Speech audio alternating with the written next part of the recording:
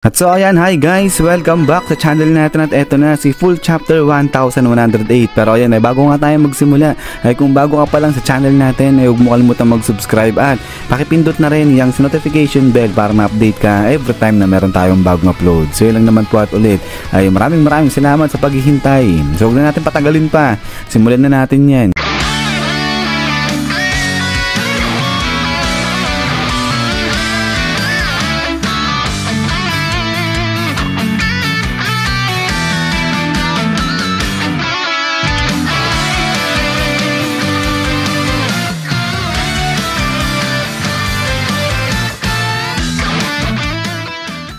At so dito nga yan magsisimula sa side nila Van Ogre dahil etong si Van ay tinututukan niya na nga ng baril etong si Caribou. So kaya nga natatakot na dyan etong si Caribou. Pero eto nga si Devon, tanong siya ngayon at ang sabi niya nga dyan, sino naman etong lalaki na to? So sagot etong si Van, sabi niya nga dyan, si Caribou isang pirata. At ngayon ang tuloy nga ni Van Ogre na marami ng mga pirata yung nagtatangka sa buhay ng kapitan nila. So pinagsospetsahan niya na nga dyan etong si Caribou. Pero sumagot nga itong si Caribou at ang sabi niya nga dyan na maghunistili muna itong sila Van Ogre, wag siyang paputukan yan kasi nga nagkakamali itong si Van Ogre sa iniisip niya. At saka isa pa, ang tuloy pa neto ni Caribou na kapag pinatay siya neto nila Van Ogre ay sigurado papatayin din sila neto ni Blackbeard. So kaya nga ito medyo nagulat ng konti dyan etong sila Van at ang tanong nga nila, bakit sila papatay ni Blackbeard? So sagot etong si Caribou at ang sabi niya nga dyan, dahil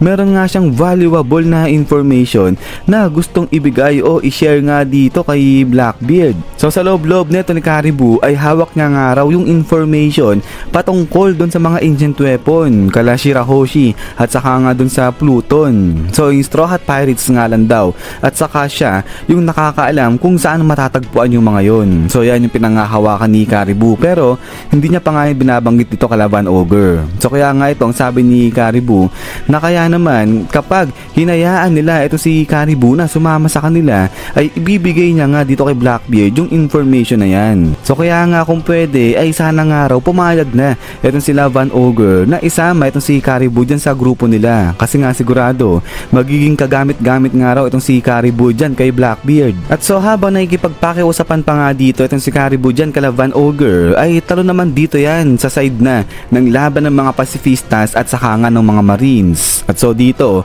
ay talagang nahihirapan na itong mga Marines lalo na meron pa nga raw ng mga bubble shield pa itong mga pacifistas na to. At so dito ay tuloy nga sa pag-atake itong mga pacifista kaya naman yung mga Vice Admiral dito ay sumasakit na nga yung ulo. So dito itong si Blue Rose ang sabi niya nga dyan na talagang nakaka-frustrate na nga kasi hindi raw siya makapagwala, hindi niya malabanan ng gusto itong mga pacifista. So kasi sa isip nito ni Blue Rose ay kanila pa rin naman daw talaga itong mga units na to. So kaya kapag sinira nga raw nila yung mga yan ay malaking kabawasan to para sa puwersa nga ng mga Marines. So habang dito sa kabilang banda ang sabi nga ni Vice Admiral Hound na may chance ba na pwede bang patigilin muna o i-off daw muna itong Buster Call kasi nga isa yan sa nagpapahirap sa kanila. So dito naman ang sabi ni Vice Admiral Guillotine na itong si Vegapunk nga kasi binigay na yung authority dyan nga kay Jewelry Boney na para utusan itong mga pacifistas na to. So kaya wala na talaga silang magagawa para nga pigilan yung mga yan. At so kaya ngayon ang sabi nga nila dyan na ang kailangan nilang gawin ay mag-focus sa pagbawi dito sa mga pacifistas na to. So kaya nga dito biglang salita na itong si Doberman at ang sabi niya nga dyan sa lahat ng mga Vice Admirals ay umalis na nga raw sila dyan sa station nila at kunin nila o tapusin kaagad nila yung si Jewelry Boney nang sa ganun ay makuha nga nila pabalik itong mga pacifistas na to. So kaya nga dahil dyan ay dito dali-dali itong si Vice Admiral Tosa hinahabol niya itong sila Frankie, itong sila Jewelry Boney at atakihin niya na yung mga yan. But suddenly ay biglang labas naman dyan etong si Dory at saka si Brogy at inatake nila etong si Vice Admiral Tosa. So chinap nila o tinagaan nila etong si Vice Admiral Tosa dyan. So not sure kung nahiwa ba o nahati sa gitna etong katawan dyan ni Vice Admiral Tosa pero yun nga tinaga siya neto ni Brogy at dahil dyan ay nakaligtas nga etong sila Frankie, sila Boney dyan sa mga admirals na to o sa mga Vice Admirals na to. So dito nagulat nga etong grupo nila Frankie Frankie. At ang tanong ni Frankie ngayon ay bakit nga may higante dito sa may Egghead Island, habang si Jewelry Boney naman takot na takot nung makita niya yung mga higante na yan. So ngayon sabi nga ni Frankie, ano ba tong mga to? Kalaban ba yan? Pero sagot na nga dyan, itong sila Dorit saka itong sila Brogy. At ang sabi nga nung dalawa, nandiyan sila para nga sa grupo ng Straw Hat Pirates at minake sure pa nila na talagang tignan lahat ng mga wanted posters nung kasamaan nga ni Luffy nang sa ganun ay wala nga silang mamiss. Pero ito tanong nga ni Frankie sa kanila, bakit?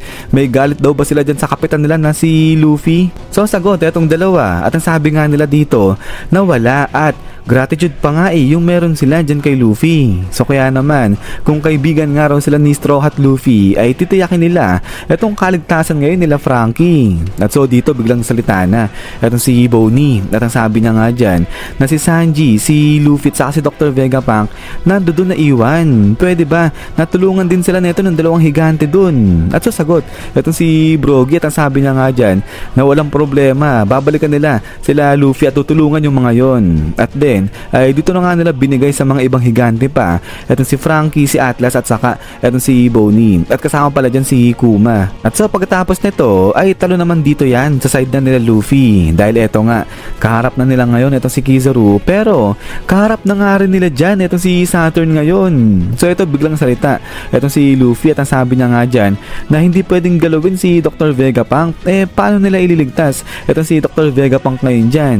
So dito sagot etong si Dr. Vegapunk at ang sabi niya nga dyan napabayaan na nga siya kasi nito ng dalawa ni Sanji at saka ni Luffy at yung gawin nila puntahan si Jewelry Boney at protektahan si Boney kasi nga ngayon itong Marines at yung world government tatargetin na itong si Jewelry Boney. Pero hindi pumayag din si Luffy at ang sabi niya nga na nangako nga siya dito kala Dr. Vegapunk na lahat sila ay aalis dyan sa may Egghead Island at ililigtas niya itong si Dr. Vegapunk. Pero ito nga ay biglang baling sila ngayon dito kay Saturn at ang sabi ngayon ni Dr. Vegapunk na parang kakaiba na nga itong mga mata at saka itsura na ito ni Saturn. So ngayon sigurado 100% ay coated na nga raw ng poison itong si Saturn ngayon. So dito biglang salita itong si Sanji at ang sabi niya nga dyan na wala na, mukha talagang tinapon na o inabandon na ni Saturn yung kanyang pagiging tao, ganyan. At so pagkatapos niyan ay dito na biglang inatake ngayon dali-dali ni Saturn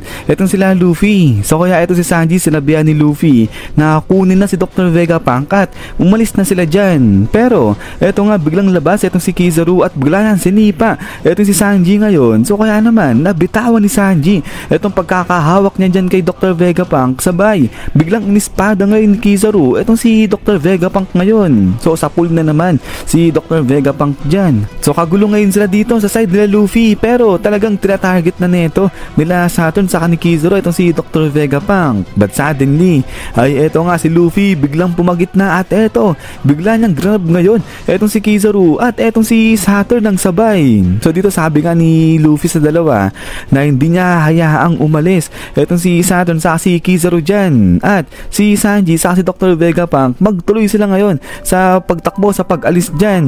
But then ay dito nga ay bigla nang kinontak ngayon ni Dr. Vegapunk o inaccess niya etong kanyang laboratory, sabay biglang ngiti nga dito itong si Dr. Vegapunk. At so gamit itong laboratory ni Dr. Vegapunk ay nanawagan na nga siya sa buong mundo. So kinukuha niya yung atensyon ng lahat ng tao, sabay biglang sabi na hello world at siya nga si Dr. Vegapunk. At ngayon ay alam niya na ikagugulat ang lahat yung sasabihin niyang mensahe, pero itong mensaheng sasabihin niya ay patungkol sa katotohanan dyan nga sa mundo. At so pagkatapos niyan is yan guys, so hanggang dito lang itong si full chapter 1108 natin. So grabe, talagang kagulo na dito sa side nila Luffy. At eto nga, ngayon si Luffy mag-isa laban dyan kay Saturn sa nga kay Kizaru. Pero ano kaya yung sasabihin nga nito ni Dr. Vegapunk din sa buong mundo? At so ayan kung meron kayong mga comments o reaction patungkol sa nangyari nga dito kay chapter 1108 ay pa-comment na lang nga dyan sa baba at pipili tayo ng mga malupit-lupit na reaction patungkol dito. So isasama natin yan sa next na video natin. So yun lang naman guys, at ulit ay maraming salamat sa panood dito kay One Piece natin. So lagi mag-ingat, God bless inyo lahat at kita-kits tayo ulit.